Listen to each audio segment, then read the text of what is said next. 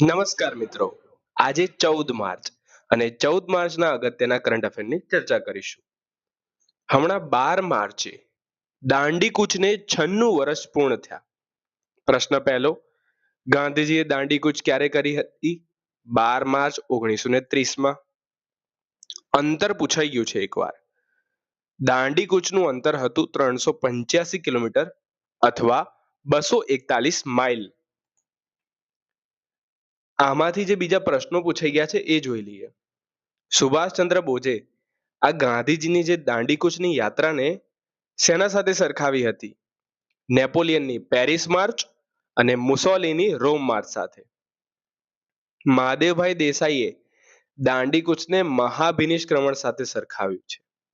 અને એક ધરપકડનો પ્રશ્ન પૂછાઈ ગયો છે કે દાંડીકૂચના અંતે ગાંધીજીની કયા ગામથી ધરપકડ કરવામાં આવી? તો તે ગામ હતું કરાડી ગામ. શૈલેષ કુમારે ગોલ્ડ જીત્યું. હાલ છે ને દિલ્હીમાં world para athletics grand prix ચાલી રહી છે અને તેમાં ગોલ્ડ મેડલ જીત્યું છે શૈલેષ કુમારે. બીજા ગોલ્ડ મેડલ જીતનારા જોઈ લઈએ. સુમિત એન્ટિલે ભાલા ફેંકમાં ગોલ્ડ મેડલ જીત્યું છે. આમાં જ તેજલબેન ડામોરે 400 મીટર દોડમાં ગોલ્ડ મેડલ જીત્યું છે. અને મહિલાઓના શોર્ટ પુટમાં લક્ષ્મીએ ગોલ્ડ મેડલ જીત્યો છે. આ બધું વર્લ્ડ પેરા એથ્લેટિક્સ ગ્રાન્ડ પ્રિક્સમાં યોજાયું છે. Football world cup. આ છે ને ફૂટબોલ વર્લ્ડ કપ કયા દેશમાં યોજાવાનો છે? મેક્સિકોમાં. ઈચ્છા મૃત્યુને મંજૂરી. હાલમાં સુપ્રીમ કોર્ટે એક ઈચ્છા મૃત્યુ માટે કઈ કલમ હેઠળ મંજૂરી આપી છે? તો કલમ આવશે 21.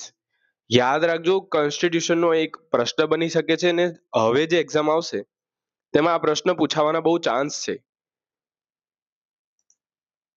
Forbes report 2026. Forbes world billionaires list મુજબ ભારતમાં કેટલા મહિલા અબજોપતિ છે? ટોટલ 20 મહિલા અબજોપતિ છે.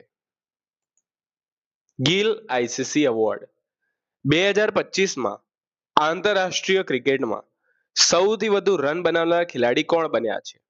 શુભમન ગિલ. અને તેમને BCCI cricketer of the year award મળશે. કયા દેશમાં ફીફા વર્લ્ડ કપ 2026 રમવાની ના પાડી છે? ઈરાને એવું કીધું છે, ભાઈ અમે ફીફા વર્લ્ડ કપ નહીં રમીએ. વિરાસત શક્તિ હેન્ડલૂમ પ્રદર્શન. ભારતની સમૃદ્ધ હેન્ડલૂમ વારસાને દર્શાવવા માટે વિરાસત શક્તિ નામનું આ જે હેન્ડલૂમ પ્રદર્શન છે ક્યાં કરવામાં આવ્યું છે? નવી દિલ્હીમાં કરવામાં આવ્યું છે. ધીરજ શેઠ સેનાના ઉપપ્રમુખ તરીકે કાર્યભાર. સીધો પ્રશ્ન આવે કે ભારતીય સેનાના ઉપપ્રમુખ તરીકે કોણે કાર્યભાર સંભાળ્યો છે? ધીરજ શેઠ. Fiscal health index 2026. પહેલો પ્રશ્ન કે કોણ બહાર પાડે છે? નીતિ આયોગ બહાર પાડે છે ફિસ્કલ હેલ્થ ઇન્ડેક્સ. એમાં કયા રાજ્યને પ્રથમ સ્થાન મળ્યું છે? ઓડિશા. કયું છે? ઓડિશા. બે પ્રશ્નો બને છે અને બેઉ ખૂબ અગત્યના છે. Plant variety authority. હાલમાં છે ને એક રાજસ્થાનનો એક છોડ છે જેને protection of plant varieties and farmer rights authority દ્વારા પેટન્ટ અપાયો છે. જો તમે વિડીયો અહીં સુધી જોઈ રહ્યા હોય તો કમેન્ટ સેક્શનમાં જરૂરથી જણાવજો તે કયો પ્લાન્ટ હતો. આ હતા આજના ઇમ્પોર્ટન્ટ કરંટ અફેર. વિડીયો પસંદ આવ્યો હોય તો લાઈક કરજો, સબસ્ક્રાઇબ કરજો. ધન્યવાદ.